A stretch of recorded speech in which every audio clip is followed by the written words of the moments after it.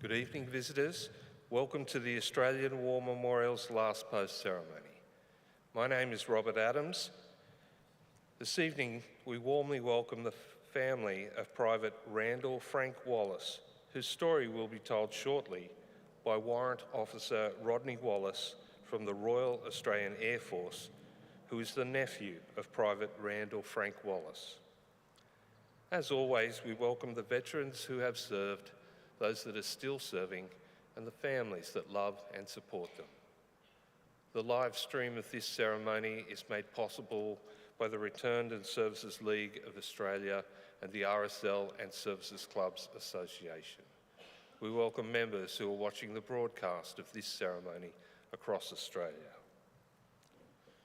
During this evening's ceremony, wreaths will be laid at the base of the pool of reflection by family, visitors to the memorial, and students on behalf of Warwick Senior High School visiting from Warwick in Western Australia. If you are able, I now invite you to please stand and join in singing the National Anthem.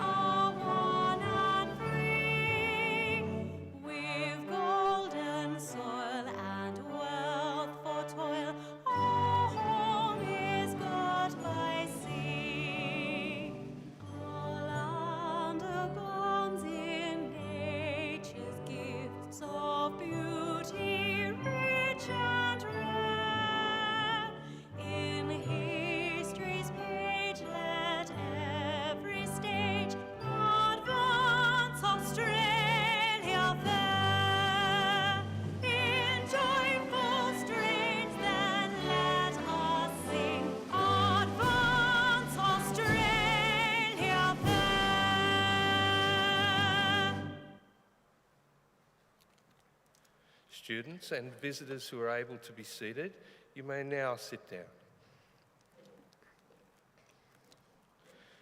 The Australian War Memorial was the vision of Charles Bean, Australia's First World War official historian. Bean landed with the Australian troops on Gallipoli and stayed with them at the front through to the end of the war. The idea of this national memorial and museum came to him at Pozières, France, in the depths of the bloody fighting of 1916. Bean's idea was that this would be a place where families and friends could mourn loved ones buried in faraway places. It would also be a place that could help all Australians understand what these men and women had endured and what they had done for us. Bean's vision, to which we remain true, is best expressed as inscribed in the entrance to the memorial's galleries. Here is their spirit in the heart of the land they loved, and here we guard the record which they themselves made. Tonight we'll read the story behind just one of those on the Roll of Honour, which lists the names of more than 103,000 men and women who have given their lives for us during war and on operations for more than a century. But first we present a lament, Flowers of the Forest. Wreaths or floral tributes will now be laid at the base of the pool of reflection.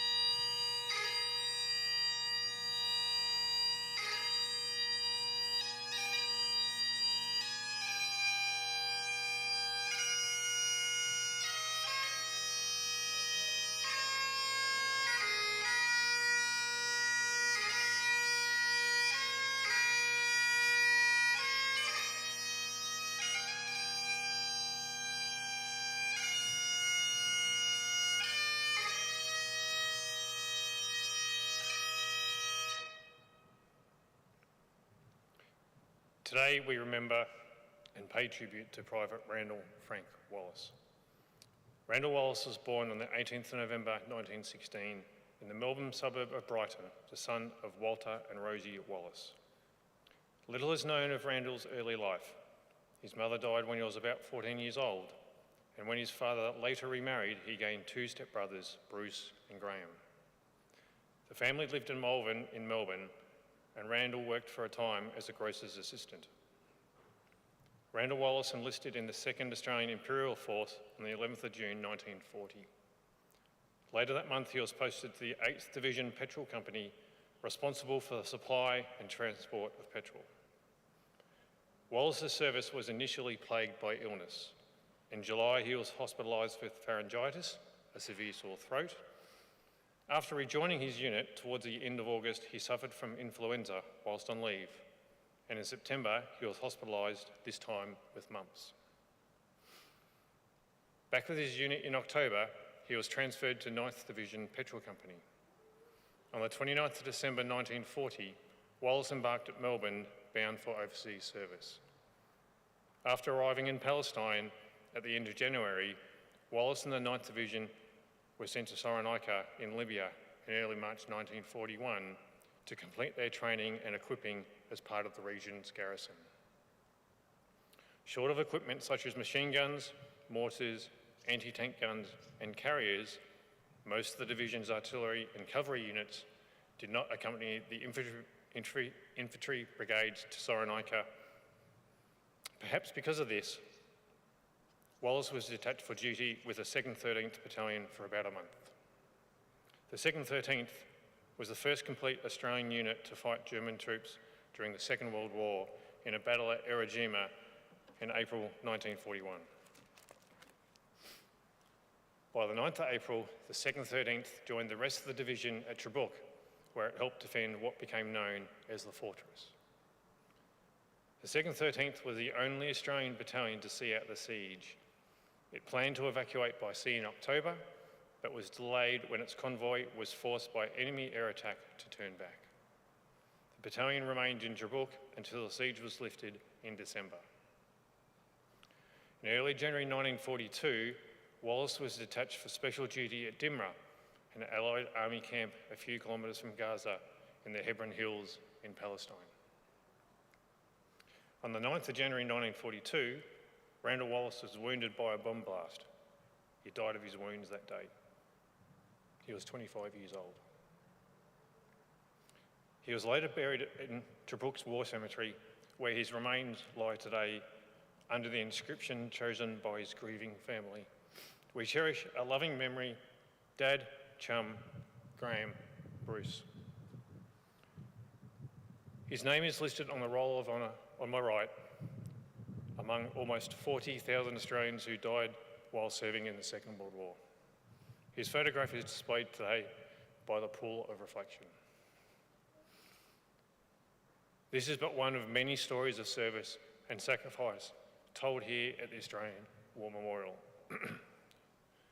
We now remember Private Randall Frank Wallace, who gave his life for us, for our freedoms, and the hope of a better world.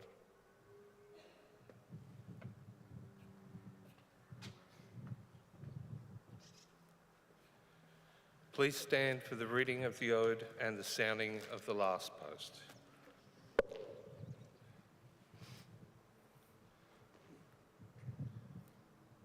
They shall grow not old, as we that are left are old. Age shall not weary them, nor the years condemn. At the going down of the sun, and in the morning, we will remember them. We will remember them.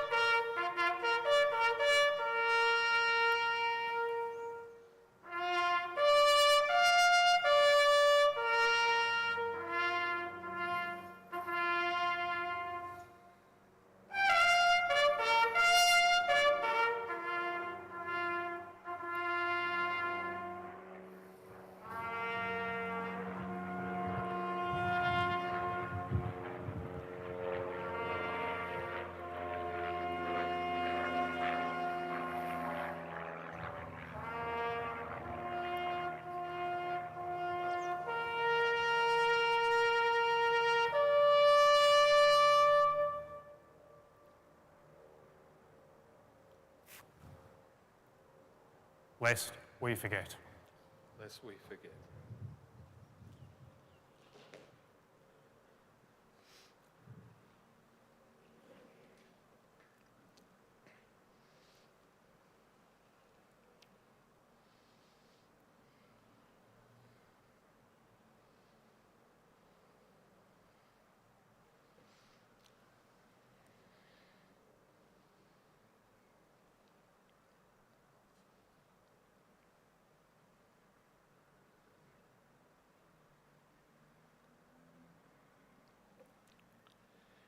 We leave you this evening with the words of the memorial's founder, Charles Bean.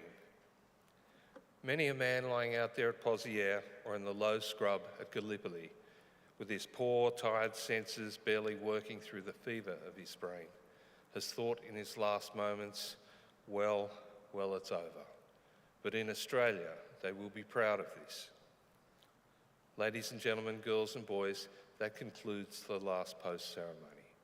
On behalf of the Director, staff and volunteers, thank you for visiting the Australian War Memorial today and for your continued support during the Memorial's development project. We wish you all a very pleasant evening.